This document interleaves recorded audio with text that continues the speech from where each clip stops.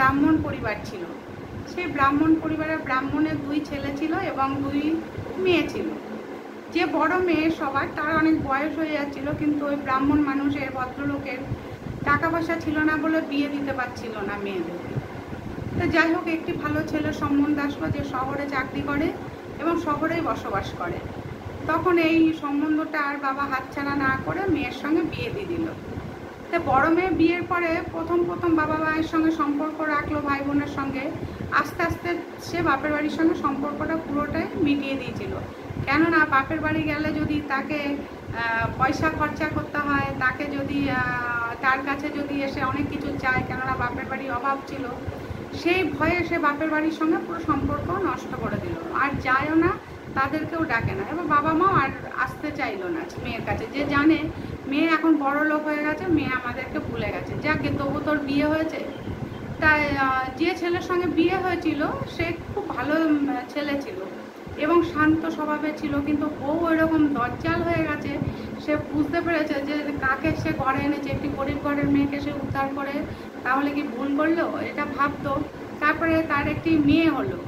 তা মেয়ে হওয়ায় তার মা, সেই ভদ্রমহিলা কিছুতেই খুশি হয়নি যে মেয়ে হয়েছে মানে তার সংসারে একটা বোঝা হয়ে গেল, তার অনেক খরচা হয়ে যাবে, মেয়েকে পড়াশোনা শেখাতে হবে, তারপরে তাকে বিয়ে দিতে গেলে অনেক খরচা আছে, আর ছেলে হলে তো সেটা হতো না। সে মেয়ের সঙ্গে প্রথম একটু ভালো ব্যবহার করলো, আস্তে আস্তে মেয়েকে একদম 2 চোখে দেখতে পারতো না। তারপরে আস্তে আস্তে তার 2 ছেলে হলো। 2 ছেলের প্রতি তার যা টান ছিল, মেয়ে মানে সব ভালো ভালো খাবার, ভালো ভালো পিস, সব কিছু ছেলেদের জন্য, কিন্তু মেয়ের জন্য সবার শেষের খাবার, মানে যেগুলো খারাপ খাবার সেগুলো মেয়ের জন্য বরাদ্দ ছিল। তা মেয়ে সবই বুঝতো, কিন্তু কিছু বলতো না। বাবা দেখতো, কিন্তু বাবা লুকিয়ে লুকিয়ে মেয়েকে খাওয়াতো, খাবার এনে দিত এবং বাইরে নিয়ে গিয়ে খাওয়াতো। আর 2 ভাই যে ছিল তারা মায়ের মতো ছিল না। 2 ভাই দিদি অন্ত প্রাণ ছিল। দিদি যা বলতো তাই শুনতো, দিদি যা করতে বলতো তাই করতো, দিদি খাওয়ালে খেত, দিদি ঘুম পাড়ালে ঘুমাতো। আর মা তাতে রেগে যেত যে আমার 2 ছেলেকে ওই কালনাগিনী একদম বশ করে নিয়েছে। মেয়েকে তো কালনাগিনী বাজে কথা ছাড়া কখনো মা বলতো না, কেননা যেন মনে হতো যেন তার সৎ মেয়ে, কিন্তু সে কিন্তু নিজেরই মেয়ে, অথচ মা দেখতেই পারতো না তার মেয়েকে। তারপর আস্তে আস্তে ছেলে মেয়ে সবাই বড় হলো। মেয়েকে বললো কি বিয়ে করো, মেয়ে বললো না আমি বিয়ে করবো না। তা মেয়ে বিয়ে করতে চাইলো না। তার সঙ্গে তার একটি ছেলের সম্পর্ক হয়েছিল, 4 বছর সম্পর্ক রাখার পরে সেই মেয়েটিকে ছেড়ে ছেলেটি চলে যায়। তারপর থেকে সে মনের দুঃখে হচ্ছে, মা না জানলেও বাবা সবই জানতো।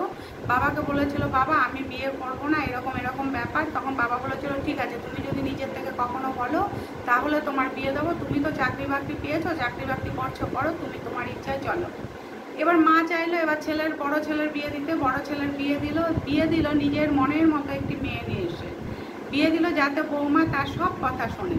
কিন্তু ছেলের এই মেয়েকে খুব একটা পছন্দ ছিল না।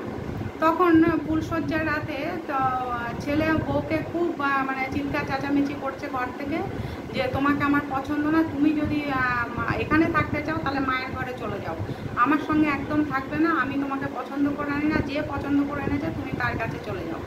তখন দিদি পাশের ঘর থেকে শুনতে পেয়েছে যে ভাই তার ভাই বউয়ের সঙ্গে ওরকম চিৎকার করছে। তখন দিদি ভাইয়ের ঘরে ঢুকেছে। আর ভাইরা দিদিদের দেখলে যেন জমের মতো ভয়ও পেত যতটা, ঠিক ভালোবাসতো ততটা। দিদি যদি বলতো ডান দিকে মানে ডান দিকেই শোবে, দিদি যদি বলতো আজকে পূর্ব দিকে সূর্য ওঠেনি, সূর্য উঠেছে উত্তর দিকে, দিদিরা কথা কিন্তু সেটাই বিশ্বাস করতো 2 ভাই।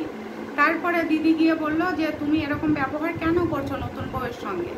তখন ভাই বললো আমার একে পছন্দ না, আমি একে সহ্য করতে পারছি না। তখন দিদি বললো তোমার যখন পছন্দ না তুমি তখন তাহলে বিয়ে করেছো কেন, মায়ের অভিনয়ে তুমি ভুলে গিয়ে বিয়ে করেছো, বিয়ে করে নিয়ে এসে একটা মেয়ের জীবন নষ্ট করেছো, সেটা তো হতে পারবে না আমি থাকতে।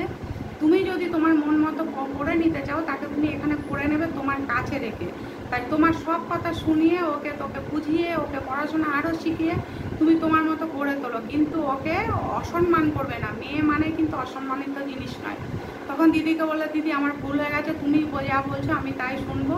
তারপর ছোটো ভাইয়েরও আস্তে আস্তে বিয়ে দিল, মানে মাই বিয়ে দিল। ছোটো ভাইয়ের বউ খুব ভালো হয়েছে। তারপরে 2 ভাই মিলে ঠিক করলো দিদির বিয়ে দেবে। তারা দিব্যি টিব্বি দিল, দিদি তুমি যদি বিয়ে না করো তাহলে আমাদের সঙ্গে আর তোমাদের আর রাখবো না, তোমার ভাইরা বলেছে আমাদেরকে ছেড়ে দেবে, তুমি কি বিয়ে করবে কি না। তখন দিদি বললো ঠিক আছে, তোমাদের ভালোর জন্য আমি বিয়ে করব। তখন বললো না, তোমাকে আমি এই বাড়ি থেকে যেতে দেবো না, তুমি এই বাড়িতেই থাকবে, আমরা সব ভাই বোনেরা মিলে এক জায়গায় থাকবো, জামাইও এখানে থাকবে। তারপরে আস্তে আস্তে তারা আবার দিদিরও বিয়ে দিয়ে দিল। তারপরে সবাই মিলে সুখে শান্তিতে সংসার করলো। মায়ের কিন্তু খুব একটা ভালো লাগেনি, বাবা খুব আনন্দিত হয়েছিল কিন্তু মায়ের ভালো লাগেনি।